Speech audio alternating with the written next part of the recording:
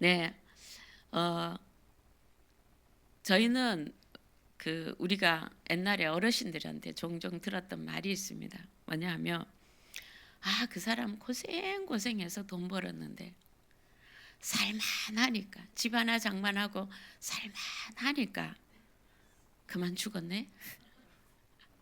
이런 얘기 들으신 적 있으시죠? 옛날에 이런 얘기 많이 했습니다. 그 다음에 또 이런 얘기 자주 하죠. 돈 버는 사람 따로 있고 쓰는 사람 따로 있네. 이 말을 하도 듣다 보니까 요즘은 있잖아요. 돈 버는 사람들도 어떻게 하면 좀 쓸까 하고 잘 궁리를 하면서 쓰더라고요. 참 안 됐죠, 그죠? 뭐냐면 복 받는 사람 따로 있고 그 복을 누리는 사람이 따로 있다는 얘기죠. 받은 복은 누려야죠. 아멘. 받은 복은 내가 누릴 때 다른 사람에게도 누림을 끼치지 않습니까? 그렇죠. 우리 신앙생활에도 받은 복과 받는 복과 누리는 복이 따로 있다는 겁니다. 이 성경은 그렇게 분명히 얘기하고 있습니다. 하나님께서 우리에게 복을 주실지라도 그 복을 누리지 못한다면 그 복은 우리에게 아무 소용이 없지 않습니까? 아멘. 복을 누리고 계시지요? 왜 몇 명 대답을 못? 복을 누리고 계시지요? 이때는 있잖아요. 에라 모르겠다 하면 하는 겁니다. 뭐 내 처지 형편 보고 따지고 할 것 없이 일단 목사가 아멘 시킬 때는 그 뒤에 증거들을 갖다 댈 겁니다. 복을 받고 계시지요? 누리고 계시지요? 아멘. 됐습니다. 그럼 이 이스라엘 출애굽한 1세대 이스라엘 백성이 있습니다. 그렇죠? 그 옛날에 야곱이 이 자기들의 가족 흉년 때문에 자기의 가족 70여 명을 데리고 애굽으로 들어갔습니다. 들어갈 때는요, 자기 아들 요셉이 그냥 아주 대단한 권력을 갖고 있었기 때문에 아주 환대를 받으면서 애굽 땅에 들어가서 고센 땅에 정착을 하게 되었습니다.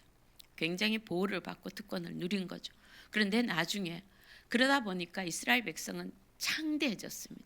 나중에 요셉을 알지 못하는 왕조가 들었었습니다. 그럼 이전 왕조의 비호를 받았던 곳은 아주 눈총을 받는 대상이 되죠. 거기다가 폭발적인 이 민족으로 한 민족으로 성장할 정도로 번성해 버린 겁니다. 그래서 애굽 사람들과 바로 왕에게는 눈의 가시 같은 존재가 되죠. 위협적인 존재가 되었습니다.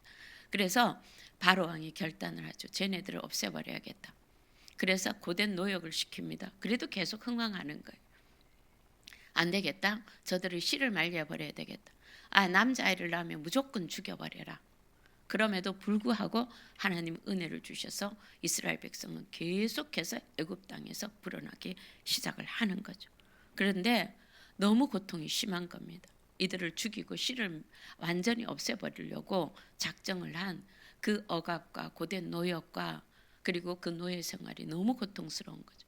그래서 이스라엘 백성들이 애굽 땅에서 하나님 앞에 부르짖는 겁니다. 우리의 고통을 주님 돌아봐 주시고 아브라함에게 약속하셨던 그 이스라엘 야곱에게 약속하셨던 그 약속을 우리에게 지켜주십시오.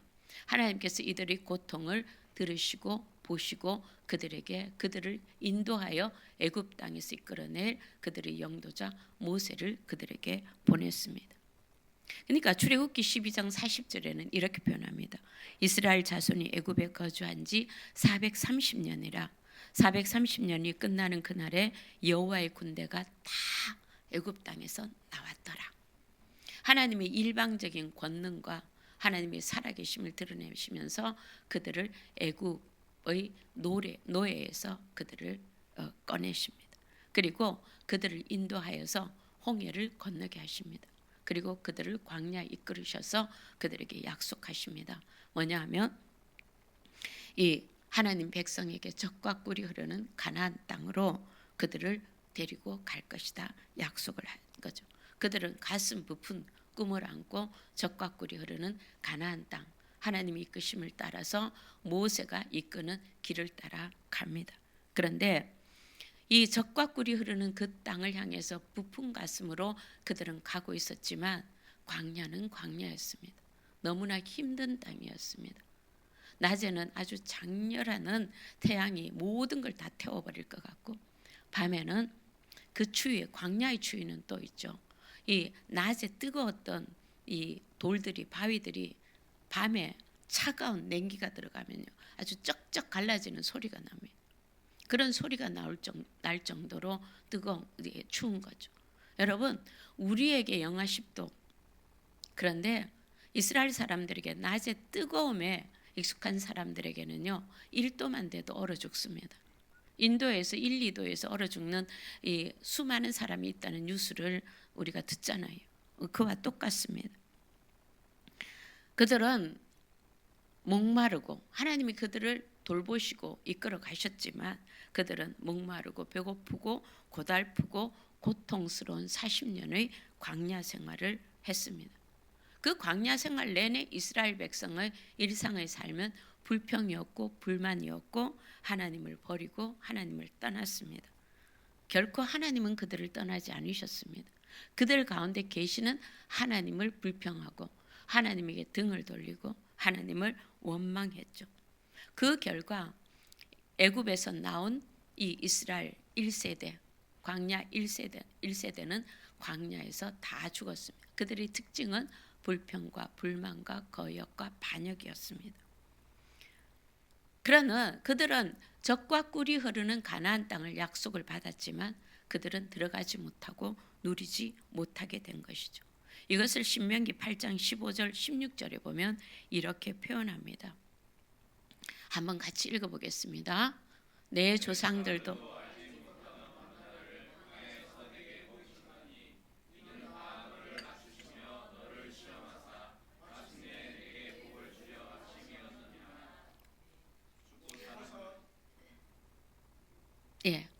하나님께서 왜 이스라엘 백성을 광야에 데리고 들어가셔서 그들에게 물도 주시고 그 다음에 양식도 주시고 다 주셨습니다. 그런데 왜 그 광야라는 그 황량한 너무나 척박한 환경으로 데리고 가셨습니까?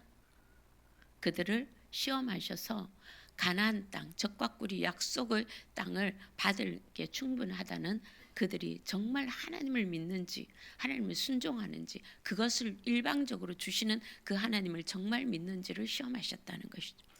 그런데 그들은 하나님을 믿고 의지하지 않았고 그들은 하나님의 이 시험에서 낙제했습니다. 그렇죠. 복과 은혜를 약속받았지만 젖과 꿀이 흐르는 땅을 누리지 못하고 광야에서 죽었습니다. 왜 그렇습니까? 하나님을 믿지 않았기 때문인 것이죠.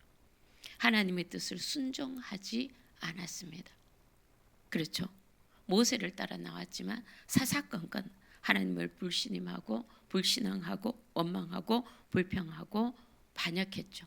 그 결과 그들은 광야에서 다 죽었습니다. 민수기 14장 22절에서 23절을 이것을 이렇게 표현합니다. 같이 한번 읽어보겠습니다.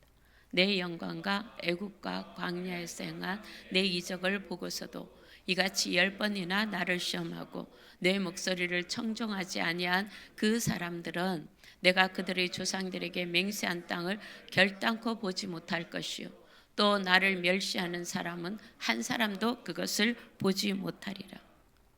약속을 받았으나 약속을 주시고 이루어 주시는 하나님을 거부해 버린 겁니다. 그래서 그들은요, 그 약속을 누리지 못한 사람이 된 거예요. 얼마나 비극적인 일입니까? 그렇죠. 여러분, 우리가 항상 조심해야 될 게 이겁니다. 하나님의 복을 받았으나 누리지 못하는 것은 우리의 불신앙과 불순종 때문이라는 걸 정말 우리 마음속에 깊이 새겨야 됩니다. 오늘날 수많은 하나님을, 예수를 믿는 사람들조차도 이 이스라엘 땅에 젖과 꿀이 흐르는 땅을 허락받았지만 그 젖과 꿀이 흐르는 그 땅을 누리지 못하는 사람들이 너무나 많다는 거죠. 여러분, 젖과 꿀이 흐르는 땅은 우리가 만드는 땅이 아니고 우리가 노력해서 얻는 땅도 아니고 우리가 하나님이 값없이 우리에게 주신 복인 겁니다. 아멘. 이것을 누리지 못하는 이유는 뭡니까? 바로 믿지 않기 때문에. 그래서 순종할 수가 없는 겁니다. 믿지 않고 순종하지 않았기 때문에 누리지를 못하는 것이죠. 여러분, 우리가 예수 그리스도의 십자가 앞에 나오면 엄청난 복이 우리에게 이미 주셨다는 걸 알게 됩니다. 그 복은 우리가 감히 상상하지를 못합니다. 왜 오늘날 많은 크리스찬들이 이걸 누리지 못하느냐 하면 믿을 수가 없기 때문에 그렇습니다. 여러분, 만약에 제가 여러분 예배 드리고 지금 나갈 때에 우리 좋아하는 타월 있잖아요. 타월을 하나씩 드린다 그러면 여러분 그냥 좋다 하고 받아가실 겁니다. 부담 없이. 그렇죠? 부담 없이 받아갑니다. 교회 처음 오신 분들도 별 부담 없이 그걸 받아갑니다. 그런데 제가 있죠. 여러분들에게, 여러분 예배 드린 모든 사람에게 아파트 한 채 드립니다. 그렇죠. 저렇게 나가야 되는데 대부분은요 엄청 부담스럽죠. 요걸 믿기로 이 보이스피싱은 아닐까. 저 목사 믿어도 돼? 저 목사 뻥쟁이 아니야? 못 믿습니다. 왜? 너무 커서. 그렇죠? 너무 크기 때문에. 우리가 컨트롤할 수 없는 너무 큰 은혜라서, 너무 큰 선물이라서 우리는 쉽게 믿지를 못하는 거죠. 너무 값이 나가기 때문에 그렇습니다. 왜 우리가 하나님이 그 큰 은혜를 주셨다고 약속하시고 또 약속하시고, 하나님은 크신 분이십니다. 하나님 우리를 사랑하십니다. 하나님 결단코 우리를 버리지 않으십니다. 하나님 우리에게 복 주시기를 원하십니다. 하나님 이미 우리에게 축복을 주셨습니다. 그 많은 이야기를 듣는데도 믿겨지지 않는 겁니까? 너무 큰 은혜라. 그 은혜가 너무 엄청나서, 그런데 그걸 공짜로 값없이 주신다고 한다는 거예요. 그러니까 믿을 수가 없는 겁니다. 믿지 못하니까 순종을 못하는 것이죠. 여러분, 십자가에서 예수 그리스도를 통해 우리에게 주신 그 은혜를 누리시기를 주님 이름으로 축복합니다. 그 축복은요 너무나 놀랍습니다. 여러분 생각해 보십시오. 우리는 죄를 짓고 있습니다. 아직도 우리는 죄를 짓고 불의합니다. 추악합니다. 그런데 아무런 대가 없이 공짜로 용서해 주시고 우리를 의롭다 해주시고 우리를 하나님의 영광 가운데로 그 영광을 지금 선물로 주셨단 말입니다. 아멘? 아멘 안 나오잖아요. 금방 주셨다니까요. 그렇죠? 그런데 이게 너무 크니까 실감이 나지 않는 겁니다. 나는 여전히 죄 가운데 살고 있거든요. 그러니 실감이 나지 않는 겁니다. 나는 여전히 죄만 짓고 하나님 앞에 가까이 갈수록 내가 죄 덩어리거든요. 믿어지지가 않는 겁니다. 하나님이 그냥 값없이 용서해 주신다는 그 말이, 하나님의 영광에 참여하게 해주신다는 그 말, 그 은혜의 선물이, 그렇죠? 믿어지지가 않는 겁니다. 그리고는 뭐라고 생각하느냐 하면 자격을 따집니다. 여러분, 누구에게나 다 자격이 있습니다. 가난한 사람도, 부자도, 병든 사람도, 건강한 사람도, 존귀해 보이는 사람도, 비천해 보이는 사람도 모두 다 하나님께는 자격이 있는 겁니다. 믿기만 하면 이 은혜를 선물로 받을 수가 있는 것이죠. 근데 이게 너무 큰 은혜라 고개를 갸우뚱 하는 것이죠. 내가 한 일이 없는데 그래도 교회 나가서 뭐 좀 해야지.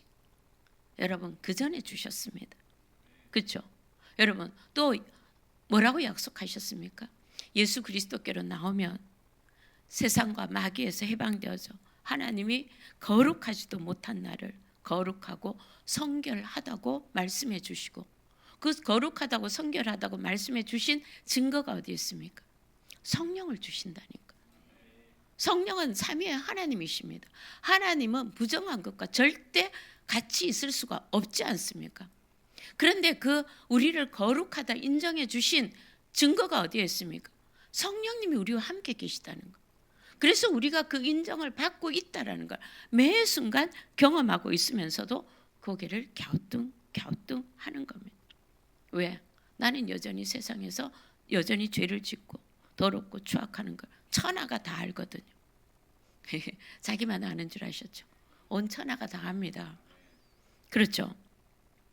그런데 내가 예수 믿었다는 그 하나로 하나님께서 거룩하게 해주신다는, 성령을 주시겠다는 거죠.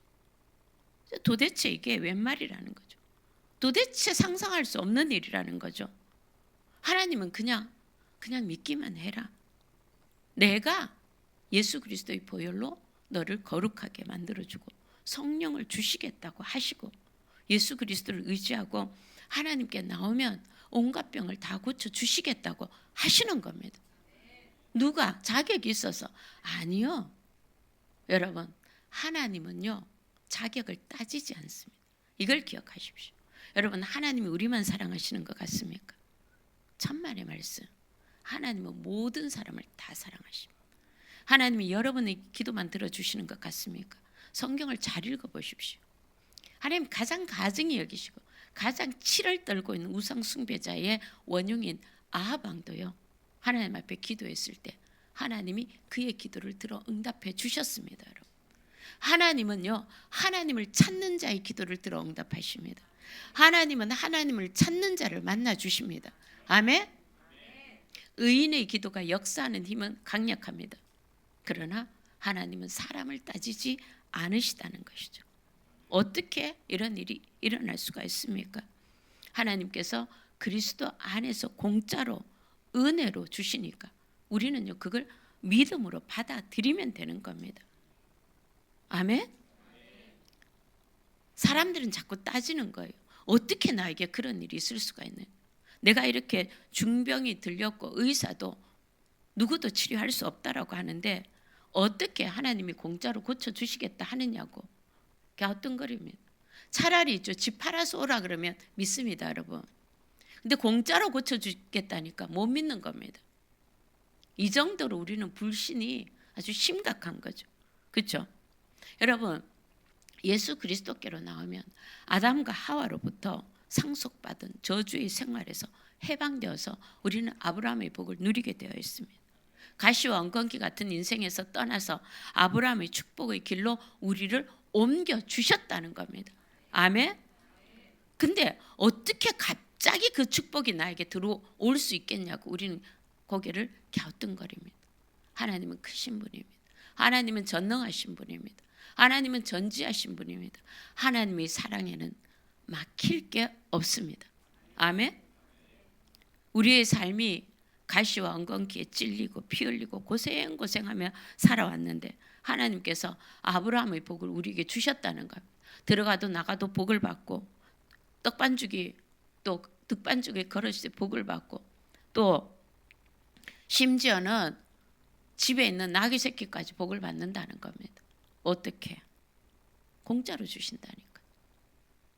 아멘. 여러분, 또 우리가 더 나가서 어떤 복을 받았습니까? 우리가 죽으면 영생입니다. 그렇죠? 부활합니다. 승천합니다. 주님과 함께 영원한 천국을 누리게 됩니다. 아멘. 우리가 무엇을 했기 때문에? 여러분, 가짜는 의를 갖다 대지 마십시오. 나는 밤새 철야기도 하는데 그런 사람도 여기 없지만 하루 1시간 기도도 안 하잖아요. 하시는 분이 간혹 있습니다. 간혹.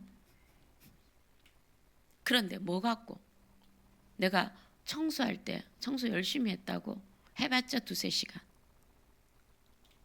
철철 흘러 넘치는 복을 우리에게 주시는 것이잖아요. 상상을 초월할 수 없습니다. 내가 죽어서 천국에 하나님께서 예수님이 먼저 가셔서 내 집을 마련해 놓으셨답니다. 그렇죠? 그 약속을 예수님이 하셨잖아요. 뭐 했다고?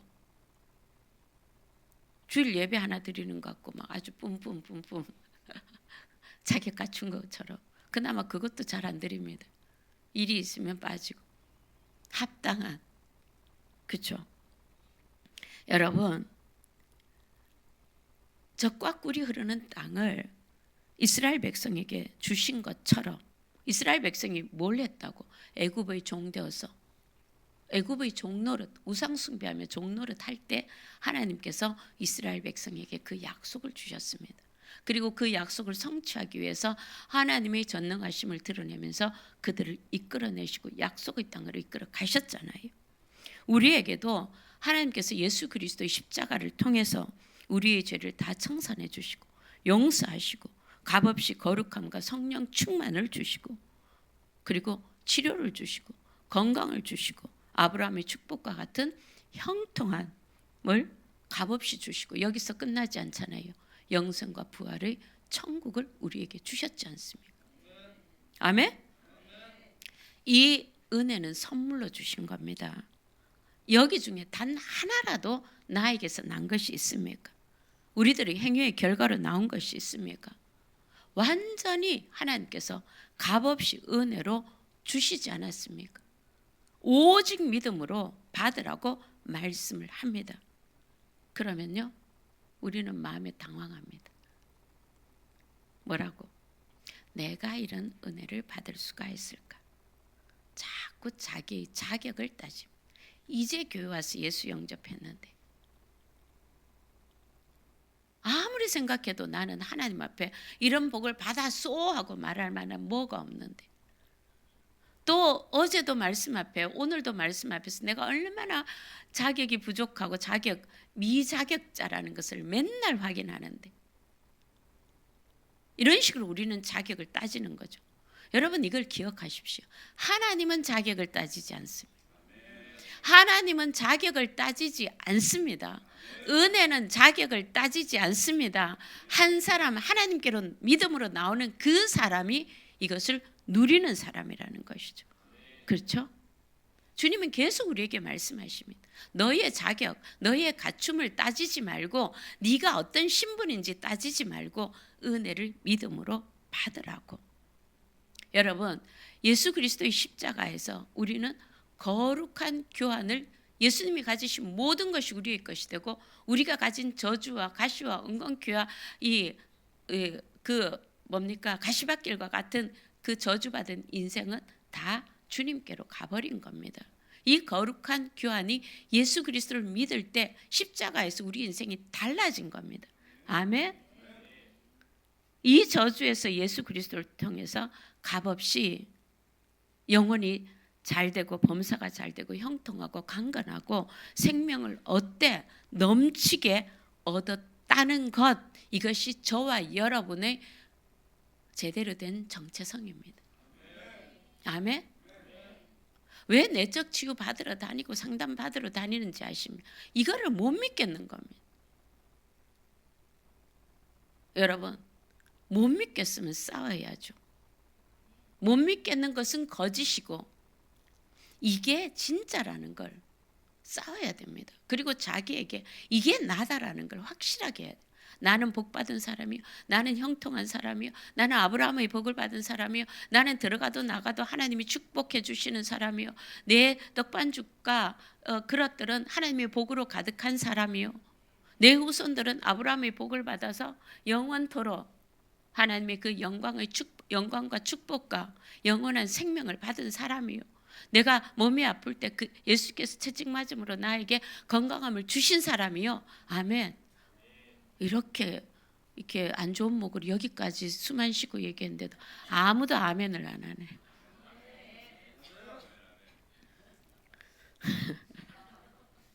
대부분 이렇게 얘기합니다. 목사가 하는 말은 종교적으로 하는 말이겠지. 우리는 행동으로 그런 식으로 표현합니다. 그렇지 않습니다, 여러분. 우리의 삶의 위치가, 소속이 근본적으로 달라졌습니다. 베드로전서 2장 9절의 말씀을 보면은요, 하나님의 말씀을 그대로 믿으십시오. 제가 PPT는 미리 말씀을 안 드렸는데 성경이 있으면 한번 여러분 찾아보십시오. 베드로전서 2장 9절. 우리는 택하신 족속이요, 왕 같은 제사장이에요, 거룩한 나라요, 그의 소유된 백성입니다. 무슨 말입니까? 하나님께서 우리를 택하신 족속으로, 왕이요, 제사장으로, 거룩한 나라로, 하나님의 소유된 백성으로 만들어 주셨다니까요. 아멘. 이런 나에 대한 자기의 자화상이 너무나 중요한 겁니다, 여러분. 자기의 자아상이 그렇게 되어 있지 않으면은요, 우리는 이 복을, 이미 주신 복을 묶어놓은 상태입니다. 누리지를 못하고 있는 거예요. 나는 누구라고요? 하나님이 택하신 족속, 하나님의 영광을 드러내기 위한 택하신 족속이요. 나는 세상의 마귀와 악한 것과 세상과 마귀를 이길 수 있는 왕권을 가지고 있는 사람이요. 나는 온 백성을 하나님께로 돌이키는 제사장의 나라요. 거룩한 하나님의 나라를 이루는 거룩한 나라요. 하나님의 소유된, 하나님의 백성된, 하나님의 소유된 백성이라는 것입니다. 여러분, 꿈 같은 소리입니까? 아니지요. 우리는 틀려도요, 하나님의 말씀은 반드시 이루어집니다. 우리의 환경은 변해도 하나님의 말씀은 변하지 않습니다. 나는 틀려도, 나는 변해도 하나님의 말씀은 변하지 않습니다. 하나님의 말씀은 반드시 이루어집니다. 아멘. 여러분, 이 은혜를 하나님께서 예수 그리스도 안에서 우리에게 주셨다는 것이죠. 이걸 받은 복을 누리는 방법은요, 믿고 순종하는 겁니다. 믿고 순종한다는 게 뭡니까? 나는 안 돼. 나는 버려진 자야. 하나님이 나에게 얼굴을 가리고 계셔. 이런 생각이 들 때마다 뭐라고 얘기합니까? 무슨 소리야? 나는 택하신 족속이요. 나는 하나님이 세상과 마귀를 이길 수 있도록 왕적인 지위로 부르신 사람이요. 그 권세를 가진 자요. 하나님의 제사장의 나라요. 하나님의 영광을 드러내는 거룩한 하나님의 제사장 나라요. 하나님의 거룩한 나라요. 하나님의 소유된 백성이야. 웃기는 소리 하지 마 하고 싸우는 것이 믿음이고 순종하는 겁니다. 아멘. 너는 버려진 자야. 너는 저주받은 인생을 살고 있어. 네 인생을 봐. 네 환경을 봐. 이럴 때 있죠. 믿음과 순종은 뭡니까? 웃기는 소리 하지 마. 나는 복받은 인생이요. 나는 형통한 인생이요. 나는 하나님의 나라를 이루어가는 사람이요. 나에게는 왕적인 권세가 있는지, 예수 그리스도의 그 이름의 권세를 나에게 주신 자요. 나는 죽으면 천국 갈 자요. 영원한 생명을 가진 자요. 아름답고 영원한 하나님의 그 나라, 그 집이 천국에 나에게 예비된 자요. 아멘. 이렇게 싸우는 것이 믿고 순종하고 자기가 그렇다는 것을 끝까지 믿는 겁니다. 그게 믿고 순종하는 겁니다. 아멘. 여러분, 예수 믿는 자는 많지만요, 예수님 복을 누리는 자, 주신 복을 누리는 자는 정말 적습니다. 복을 누리는 방법이 뭐라고? 듣는 자가 믿음으로 받아들이는 거예요. 아멘. 이스라엘 백성이 적과 꿀의 땅을 약속받았으나, 그렇죠? 불경건하고 불평하고 거역한 1세대다 300만 명은 광야에서 죽었습니다. 가나안 땅을 누리지 못했어요. 하나님을 믿었던 그 세대 속에서도요, 하나님을 믿었던 갈렙과 여호수아만 믿음과 순종을 통해서 그 복을 누리고 그 지위를 누리고 그 영광을 누렸다는 겁니다. 하나님은 예수 그리스도 안에서 우리에게 복을 주시고 영광을 스러운 지위를 주셨고 하나님의 이 엄청난 복을 우리에게 주셨다는 겁니다. 아멘. 히브리서 우리 4장 1절과 2절을 같이 한번 읽어보도록 하겠습니다. 본문 띄워주세요. 그러므로 우리는 두려워할지니 그의 안식에 들어갈 약속이 남아 있을지라도 너희 중에는 혹 이르지 못할 자가 있을까 함이라. 그들과 같이 우리도 복음 전함을 받은 자이나 들은 바 그 말씀이 그들에게 유익하지 못한 것은 듣는 자가 믿음과 결부시키지 아니함이라. 말씀을 들을 때 모든 말씀을 믿음으로 나의 것으로 받아들이시라는 거예요. 아멘. 내 인생으로 받아들이시라는 겁니다. 나의 미래고 이미 이루어진 나의 말씀으로 받아들이시라는 겁니다. 우리가 받은 복을 누리기 위해서 있죠. 뭘 해야 되냐면 하나님의 말씀을 믿어야 되는 겁니다. 근데 믿음이 그렇게 쉽지가 않죠. 그렇지 않습니까? 왜 믿음이 쉽지가 않는지 아십니까? 여러분, 믿음은 환경이 아니거든요. 믿음은 느낌이 아니거든요. 믿음은 있죠. 우리의 감각이 아니거든요. 자꾸 환경을 보니까 긴가민가 하고 내 느낌을 보니까 긴가민가 하고 내 느낌은 안 그런데 어떻게 그럴 수가 있느냐는 거죠. 여러분, 성경은 하나님의 복은요, 환경에서 보는 것도 아니고 내가 느끼는 느낌과 감각에서 오는 것도 아니고 믿음으로 오는 것입니다. 성경은 이렇게 말씀하시죠. 내 믿음대로 될지어다. 아멘. 네 믿음대로 될지어다. 여러분, 우리는 이렇게 얘기합니다. 요즘 오면 요 정도 말씀이 오면 나는 믿음이 없는 것 같은데요.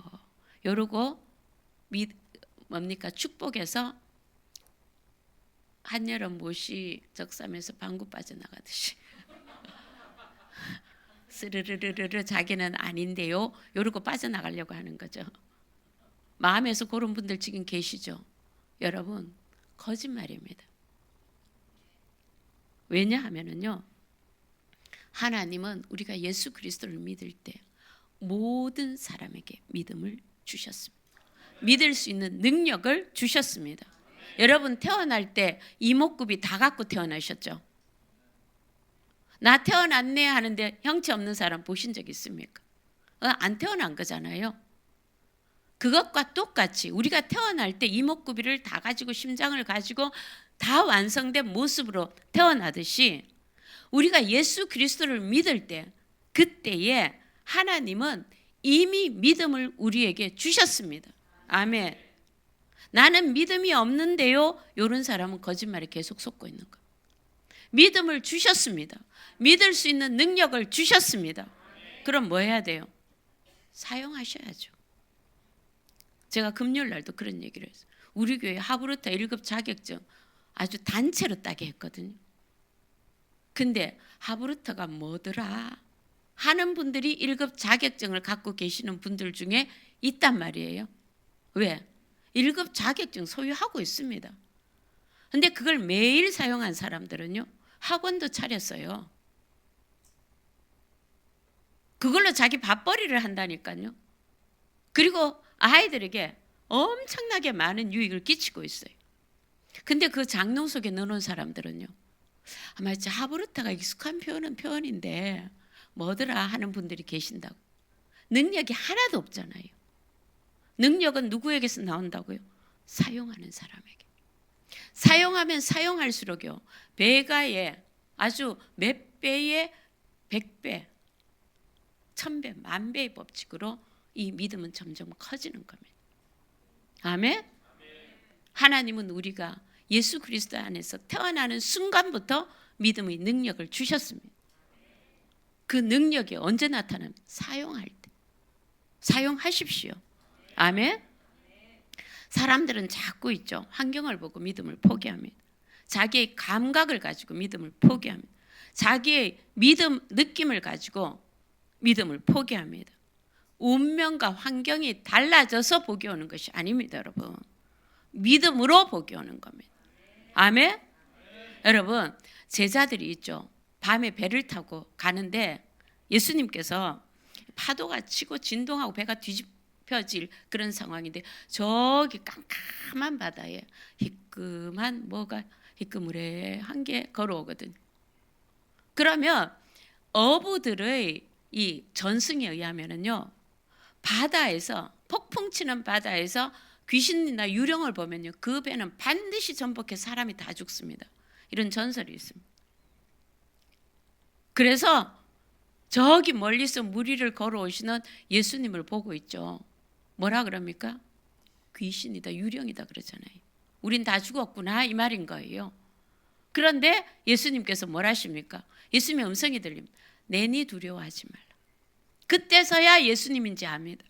여기서 또 믿음 좋은 대단한 분입니다. 이분이 베드로가. 저도 예수님처럼 좀 걸어볼까요? 무리를 걷게 해주세요. 여러분, 그때는 비바람 치고 폭풍이 일고 배가 뒤집어지는 그런 파도가 여전히 있는 상태입니다. 근데 대단하다는 거죠. 그렇죠? 베드로 무시하지 마십시오. 대단한 분입니다. 인류 최초의 물을 걸으신 분이에요. 그렇잖아요?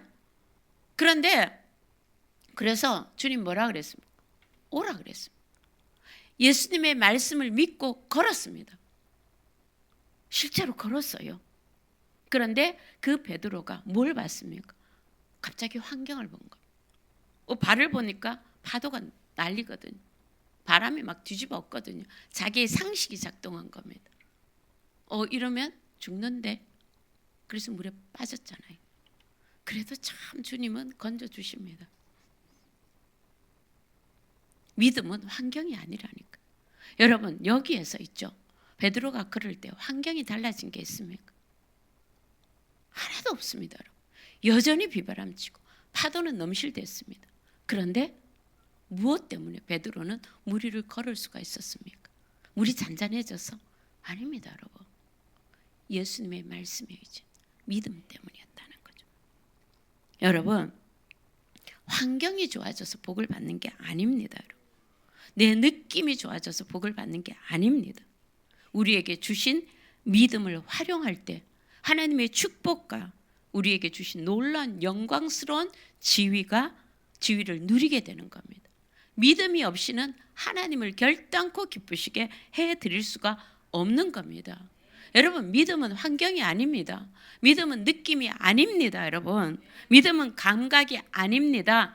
믿음은 말씀 위에 서는 겁니다. 아멘? 그렇죠?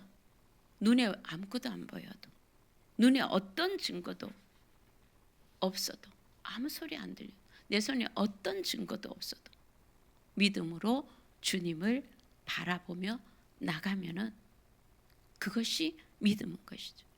사실은 그러니까 하나님만 의지하는 이 믿음은 상당한 용기와 매 순간 결단이 필요합니다. 그래서 믿음은요 항상 우리를 벼랑 끝에서 뛰어내릴 수 있는 용기를 우리에게 요구하기도 합니다. 여러분 이 믿음으로 그렇다고 하나님이 뜬금없이 믿음을 가지라 합니까? 아니죠. 이스라엘 백성에게 얼마나 하나님의 놀라운 권능, 하나님이 전지하시고 전능하신 분이라는 걸 보여주고 경험케 하셨습니까? 그렇죠. 그 하나님을 신뢰했더라면 그들은 적과 꿀이 흐르는 가나안 땅으로 하나님의 도움으로 능히 들어갔지요. 그렇죠. 두 번째 하나님의 복을 누리는 법은 세상과 죄를 회개하고 버려야 됩니다. 이건 정말 중요합니다. 여러분 우리가 하나님이 주시는 이 복과 은혜와 영광을 누리기 위해서는요 세상과 죄를 회개하고 버려야 되는 겁니다. 여러분 우리는 이렇게 생각합니다. 우리 세상 속에 살고 있으니까 세상과 죄를 갖고 주님을 믿을 수 있을 거라고 생각합니다. 여러분 결단코 그럴 수 없습니다. 세상과 죄를 갖고 있는 만큼 하나님을 믿을 수가 없습니다. 죄는 하나님과 결단코 같이 있을 수가 없습니다. 왜? 죄는 하나님의 원수입니다. 세상은 마귀가 지배하고 있죠. 그렇죠? 거기에는 하나님이 들어갈 자리가 없습니다. 여러분 오늘 세상에 사는 사람들이 단 1초라도 하나님이나 예수님을 생각할 것 같습니까? 생각지 않습니다. 여러분. 하나님과 예수님이 들어갈 자리가 없습니다. 세상은 하나님을 멀리 떠나 있습니다. 그러므로 우리가 하나님의 은총과 축복을 누리려면 우리 속에 들어와 있는 세상과 죄를 버려야 됩니다. 그렇죠? 하나님은 우리를 세상과 죄에서 불러내셔서 하나님의 아들의 나라에 그 속에 속하게 만들어 주신 분입니다. 옮겨졌습니다. 그래서 우리의 삶의 모든 곳에서 먼저 하나님의 나라와 의를 구해야 됩니다. 여러분 여기서 얼마나 우리를 많이 타협하는지 모릅니다.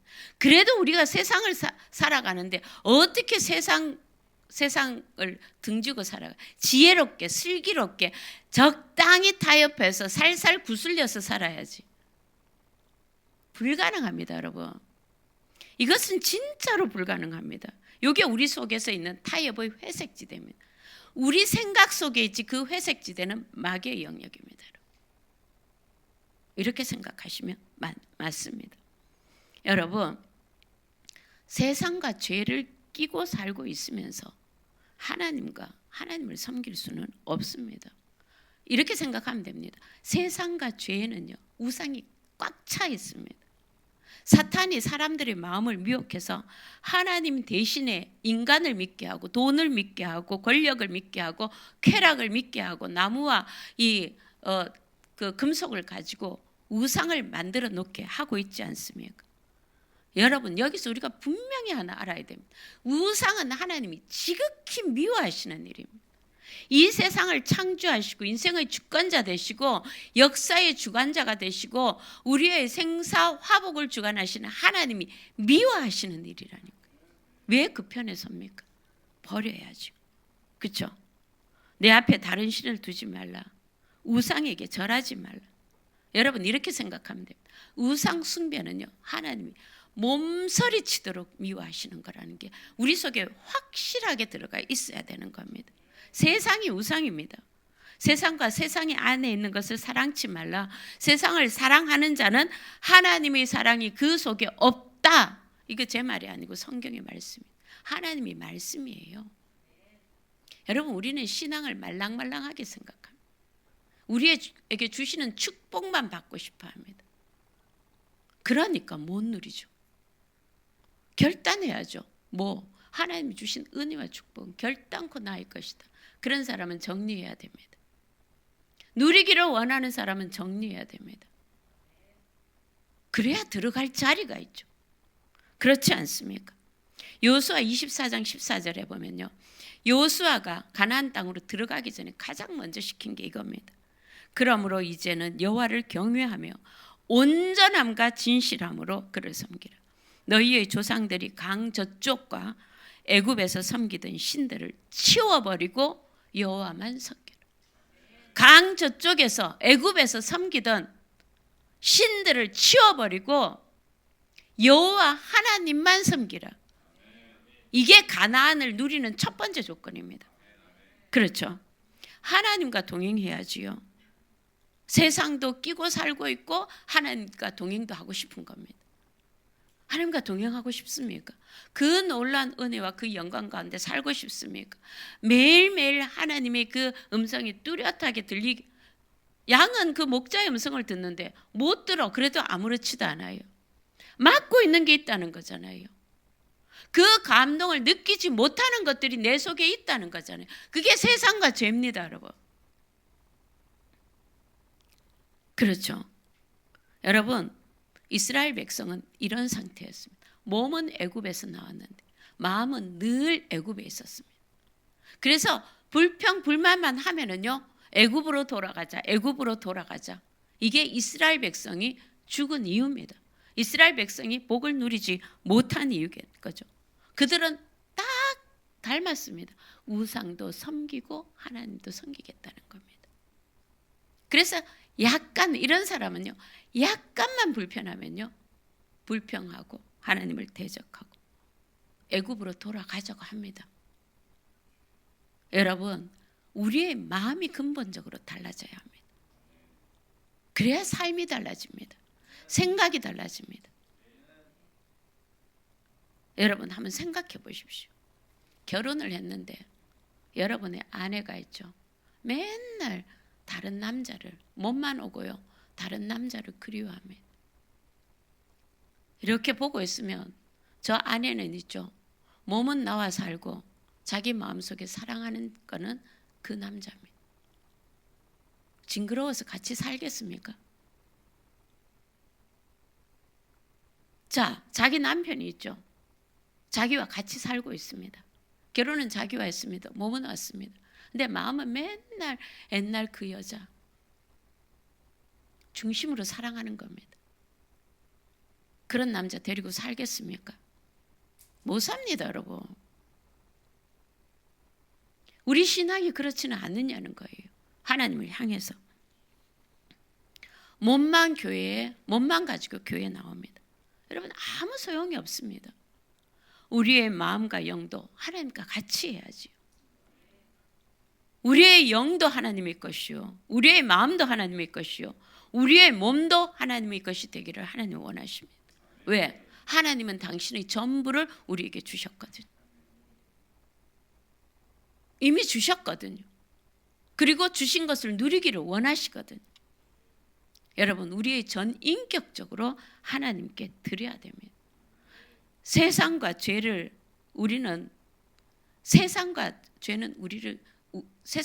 우리를 끌고 가게 만들면 안 됩니다, 여러분. 죄도 탈탈 털어버리고 세상도 탈탈 털어버리고 보혈로 씻고 성령의 인도하심을 통해서 하나님만 섬기고 하나님만 사랑하고 하나님만 따라가는 그런 삶을 살아야겠다고, 그렇게 살고 싶다고 그렇게 몸부림치면서 주님 앞에 나가는 그 사람을 하나님이 저버리시겠습니까? 아방의 기도도 들어주시는데 그런 사람의 기도를 들어주시지 않겠습니까? 그런 사람을 만나지 않겠습니까? 그런 사람의 인생을 하나님이 책임지지 않겠습니까? 그런 사람에게 하나님이 주신 이 모든 복을 풀어서 누리게 하지 않겠습니까? 그런 사람들로 통해서, 그렇죠? 양다리 걸치고 있는 사람, 하나님을 모르는 세상 사람들에게 얘가 내 자식이야, 얘가 내게 속한 사람이야, 하나님의 영광을 드러내지 않겠습니까? 그렇지 않습니까, 여러분?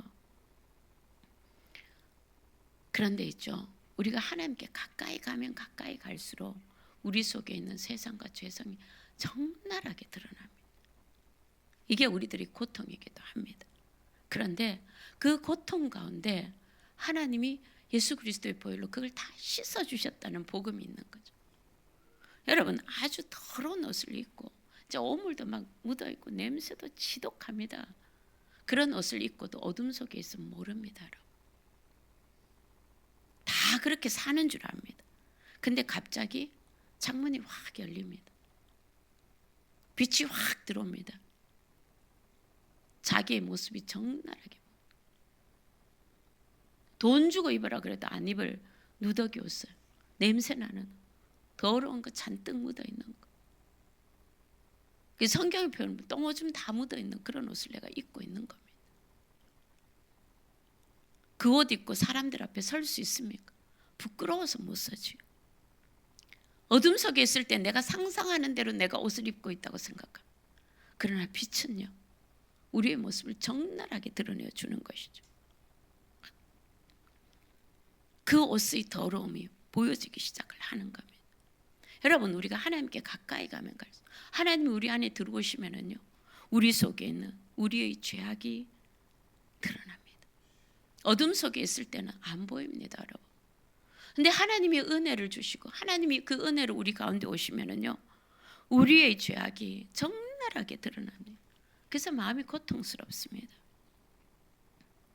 여러분, 세상에 푹 잠겨서 살면요, 교회 다녀도 내가 무슨 죄 짓지, 내가 살인을 해서 도둑질을 했어, 그래도 나처럼 정직하게 사는 사람 없어, 내가 간음을 했어, 뭘 했어, 이렇게 얘기를 합니다. 그러니까 딴 사람들 울고 불고 있죠. 옛날에, 아주 옛날에 우리 교회에 있었던 일이, 어떤 사람이 기도만 하면 눈물 흘리고 막 그러는 거. 그래서 직구전 우리 교회 집사님 한 분이, 이 사람 맨날 그러니까 그 앞에 가서 진짜 눈물인지 가짜 눈물인지 한번 본 겁니다. 호기심 많은 사람이, 그런 사람이 있습니다. 진짜 울거든요. 도대체 왜 저렇게 울 게 뭐가 있다고. 여러분, 교회 나오고 하나님의 은혜를 받으면 내가 죄 덩어리라는 걸 알게 됩니다. 그러니까 하나님 앞에 가면 매일 용서해 주십시오. 그 눈물이 세상 사람 속에 눈물이 어쩌면 그렇게 많은지. 어제 울었는데 그 다음날 더 통곡이 나오는 겁니다. 여러분, 베드로가 처음 예수님을 만날 때 있죠. 예수님이 고기를 못 잡은 베드로를 데리고 저 깊은 데서 가서 그물을 던져봐라. 그때만 하더라도 베드로는요, 아, 이분은 대단한 지혜자요, 선지자인 줄 알았습니다. 그래서 그분을 모시는 것도 영광이었죠.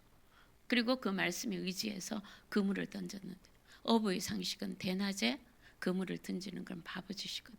물고기가 잡힐 리가 없습니다. 근데 그물이 가득 고기가 잡혔거든. 그때 딱 깨닫는 겁니다. 이분은 선지자요 지혜로운 사람이 아니라 이분은 하나님이시구나. 그때에 그 순간 베드로가 깨닫습니다. 무릎을 탁 꿇고 나는 죄인입니다. 나는 죄인입니다. 이거는요, 하나님의 은혜 받은 사람만 고백할 수 있는 내용입니다. 여러분, 눈물을 흘리며 주님 앞에 기도하신 지가 얼마나 됐습니까? 눈물이 말랐습니까? 진짜 하나님 앞에 구하십시오. 본인의 눈물이 마른 사람은 본인의 영성이 쩍쩍 갈라진 상태입니다. 그런데도 모르죠. 그런데도 모릅니다, 여러분. 하나님 되게 멀리 계시는 겁니다. 그 사람은 지금. 하나님이 우리 속에 오면 아무리 의로운, 아무리 신앙생활 잘하는 사람들 자기의 처지를 알게 됩니다. 하나님은 빛이시거든요. 도대체 감출 수가 없거든요. 여러분, 이 도널드 휘튼이라는 분이 글을 썼는데 여기에 이렇게 썼습니다.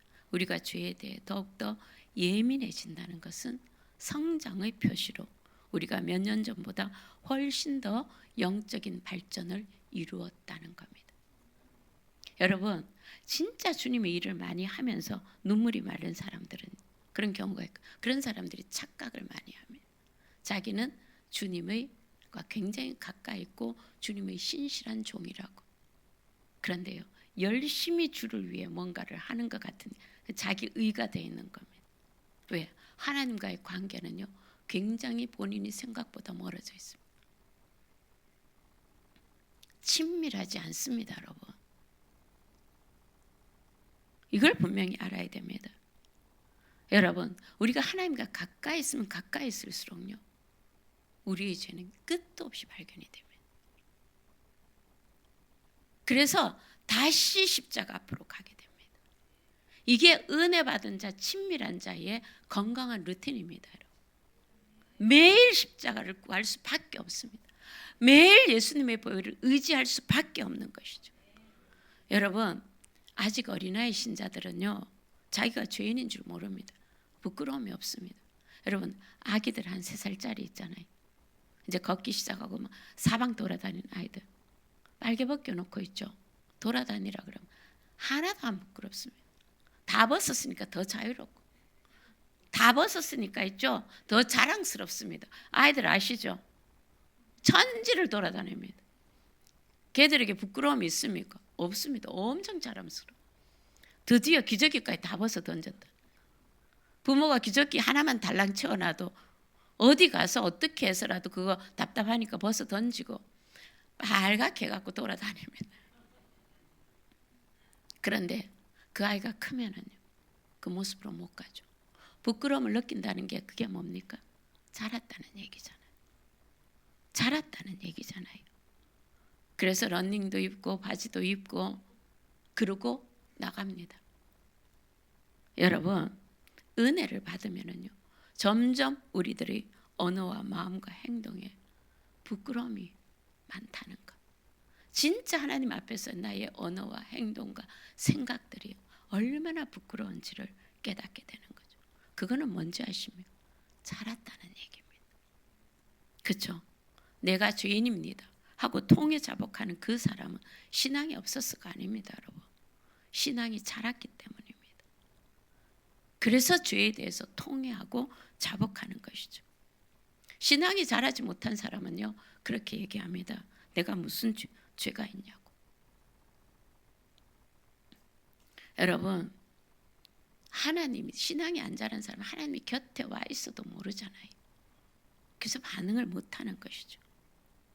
여러분, 죄의식이라는 것은요, 하나님과 가까이 하는 것과 정비례합니다. 하나님을 더 사랑하면 사랑할수록 죄에 대해서 더 많이 애통하게 되어 있는 것이죠. 여러분, 세상과 죄를 함께 끼고 살면서 하나님을 섬기겠다, 불가능하다는 것을 아시기 바랍니다.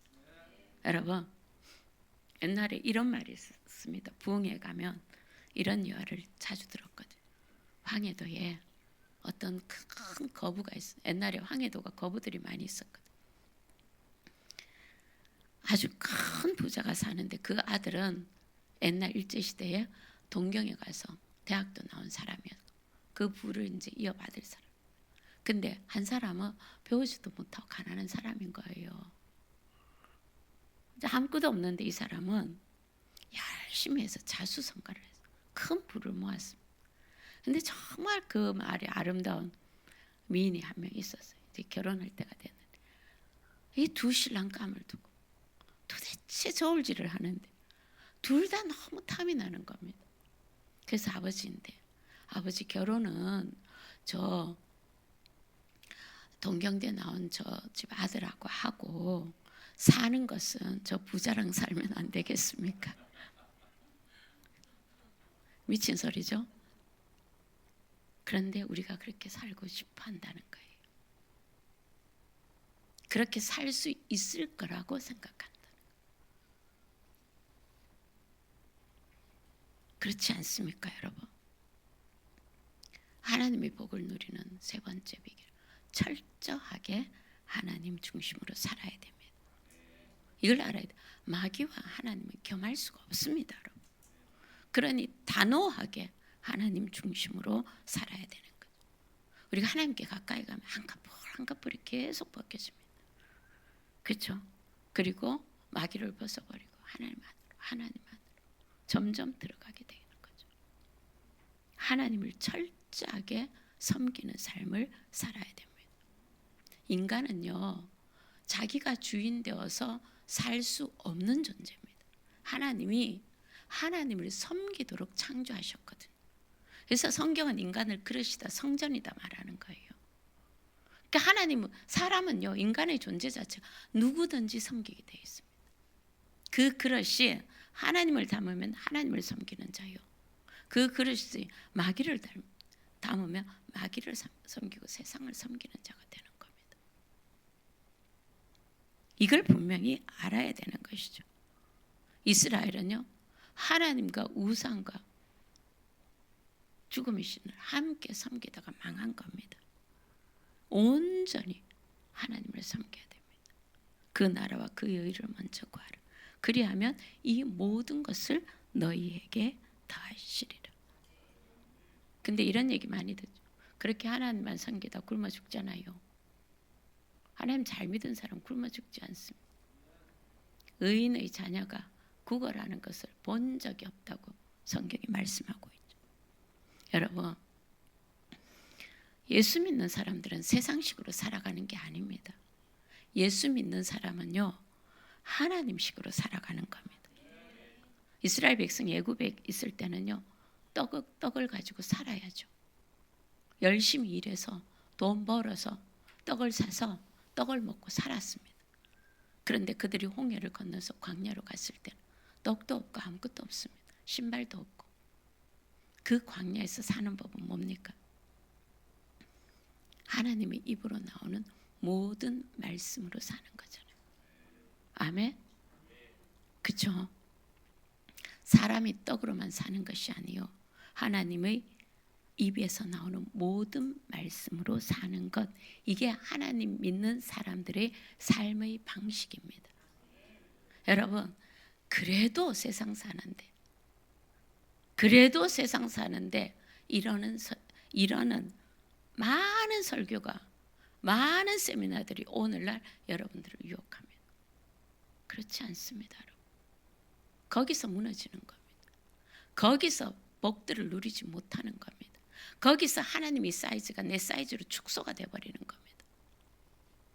여러분, 애굽에서는 떡으로 살지만요, 광야에서는 하나님의 입으로 나오는 모든 말씀으로 사는 것이 하나님 백성들이 사는 법입니다. 너희는 먼저 그의 나라와 그의 의를 구하라. 그리하면 이 모든 것을 너희에게 다 하시리라. 모든 것이 뭡니까? 떡, 옷, 집, 자식들 키우는 거 다 들어있잖아요. 자동차 들어있습니다, 거기. 여러분, 우리는 하나님을 믿고 하나님을 따르고 하나님이 주시는 복으로 살아가도록 부르심을 받은 사람들입니다. 아멘. 더 있는데 더 할까요? 여기서 마무리. 오늘 제가 좀 작정하고 올라온 거는요, 여러분들이 붕 떠서 명절이라는 그 분위기 속에 붕 떠가지고 세상에 가서 굽신거리고 세상 속에서 예수 믿는 정체성을 못 드러낼 것 같아서 무장하고 가시라고 오늘 제가 사실은 명절날 설교인데 좀 길게 작정하고 준비하고 올라왔습니다. 끝까지 듣고 무정하고 가십시오. 세 번째 누리는 방법, 자기 정체성을 확실하게 알아야 돼. 나는 새 사람이 되었다. 아멘. 옆에 우리는 새 사람이 되었습니다.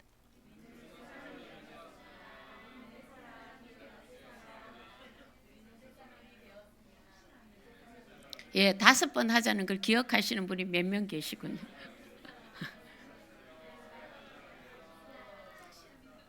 여러분, 내가 누군지 불확실하면 담대하게 살 수가 없는 겁니다. 그렇죠. 헷갈리는 거예요, 매번. 정체불명의 사람은요, 여러분, 대한민국 사람인지 북한 사람인지 일본 사람인지 미국 사람인지 자기가 누군지 모르는 사람, 그런 사람들이 있습니다, 여러분, 신앙생활에. 그런데 내가 누구냐? 용서받은 죄인입니다. 내가 누구냐? 새 사람이라는 거예요. 아브라함의 복과 형통을 받은 새 사람이라는 거예요. 부활 영생 천국을 받은 새 사람이라는 거예요. 아멘. 그래서 자기가 자기 보는 눈이 달라져야 됩니다. 그렇죠. 나는 영혼이 잘 되고 범사가 잘 되고 강건하고 생명이 넘치는 사람이다. 자기에게 그렇게 말씀하셔야 된다고요. 나는 택하신 족속이요, 거룩한 나라요, 왕 같은 제사장이요, 하나님의 소유된 백성이다. 정체성이 확실해야 돼요. 내 신분과 내 자화성이 새로워졌다. 아멘. 그래야지 여러분에게 끝도 없이 여러분의 생각 속에 마귀가 협박하고 꼬이잖아요. 너 그러다 죽는다. 너 그러다 세상에서 굶어 죽어. 적당히 타협해야지. 뭔 소리 하는 거야. 네가 이 세상에 사는데 양다리 걸쳐야지. 그게 지혜로운 거야. 봐. 예수 안 믿어도 차 바꿨잖아. 니는 모닝 타는데 쟤는 벤츠 타잖아. 1년 만에. 왜 코인도 안 하고 했어? 지금은 주식이야. 뭘 연금을 들어. 무슨 소리야. AI 시대인데. 돈은 주지 조각이야. 뭔가를 해. 갑자기 조급하게 막 만들. 그때 말하십시오. 나는 떡으로 사는 것이 아니라 하나님의 입에서 나오는 약속의 말씀으로 사는 것. 하나님은 지금 나를 지켜주셨듯이 내 노후도 지켜주시는 분이시고 내 죽음의 이후도 하나님은 책임져 주시는 분이시고 나는 너희들은 꿈도 못 꾸는 빛과 번쩍한 천국의 집이 이미 있어. 아멘. 확실해야 된다는 내 정체성. 그렇죠? 여러분, 고린도후서 5장 17절에 보면 그런즉 누구든지 그리스도 안에 있으면 새로운 피조물이라. 이전 것은 지나갔으니 보라 새 것이 되었다. 보라 새 것이 되었다. 내 삶을 다 청산하고 보라 새 것이 되었다가 아니라 예수 그리스도를 믿는 순간 내 운명이 새롭게 되었고 내 지위가 새롭게 되었고 나의 영광이 새롭게 되었고 나의 복이 새롭게 되었다. 아멘. 그렇죠. 우리는 어떤 처지 비슷한 그냥 오늘 붕괴를 생각하십시오. 에라 모르겠다. 한 정원사가 가시투성인 가시나무를 뽑아다가 장미꽃이 화창한 장미 정원에 심은 겁니다. 이 가시나무가 진짜 부끄럽고 쑥스럽구만. 왜 이렇게 아름다운 장미 정원에다 나를 심었나. 그랬더니 그 정원사가 나만 믿어.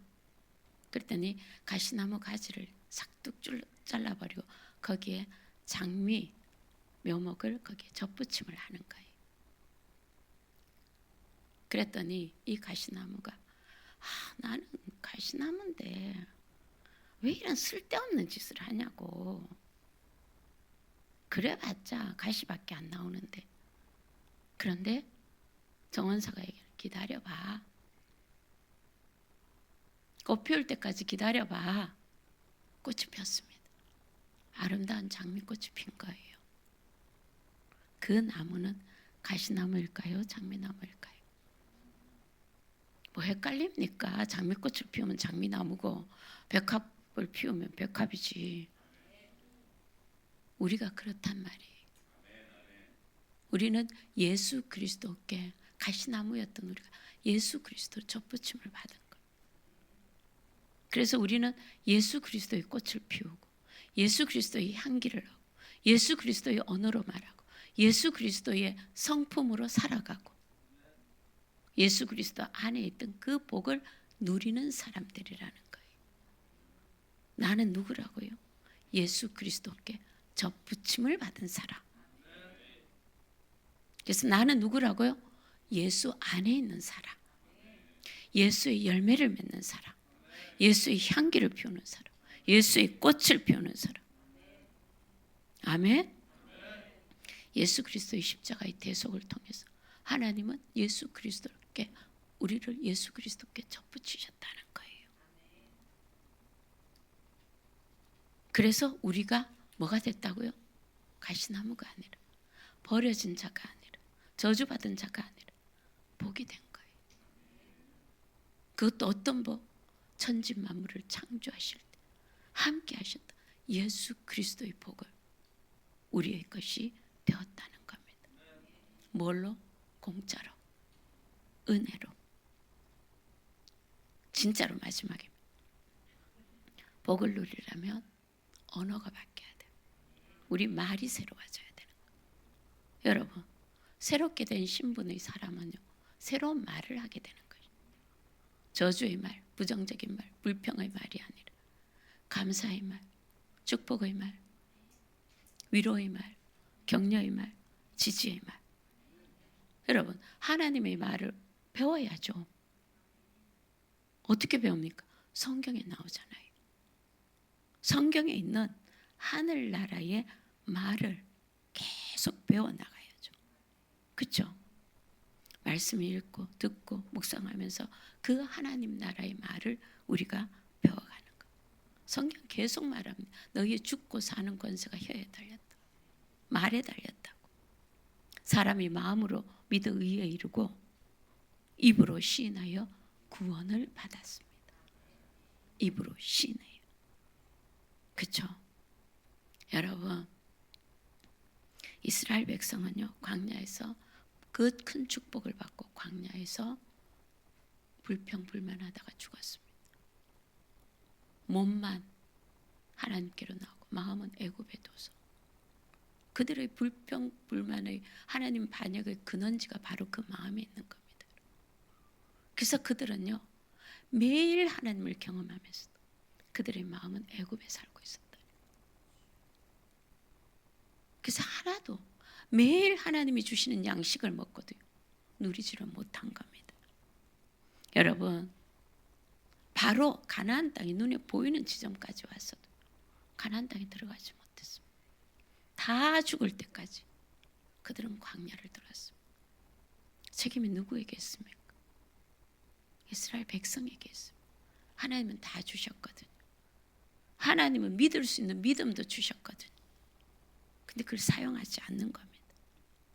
누릴 수 있는 은혜도 주셨거든요. 근데 자기가 누리지 않는 겁니다. 여러분,